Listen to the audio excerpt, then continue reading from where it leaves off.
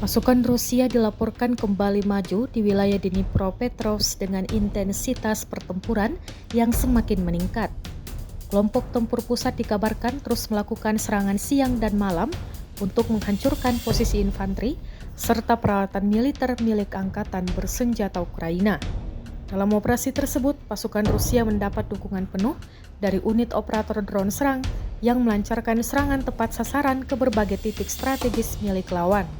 Rekaman yang beredar pada Jumat 3 Oktober 2025 memperlihatkan momen eliminasi sejumlah pejuang Ukraina, penghancuran peralatan militer, posisi pertahanan hingga penggunaan drone pembom berat untuk memperlemah barisan pertahanan Ukraina.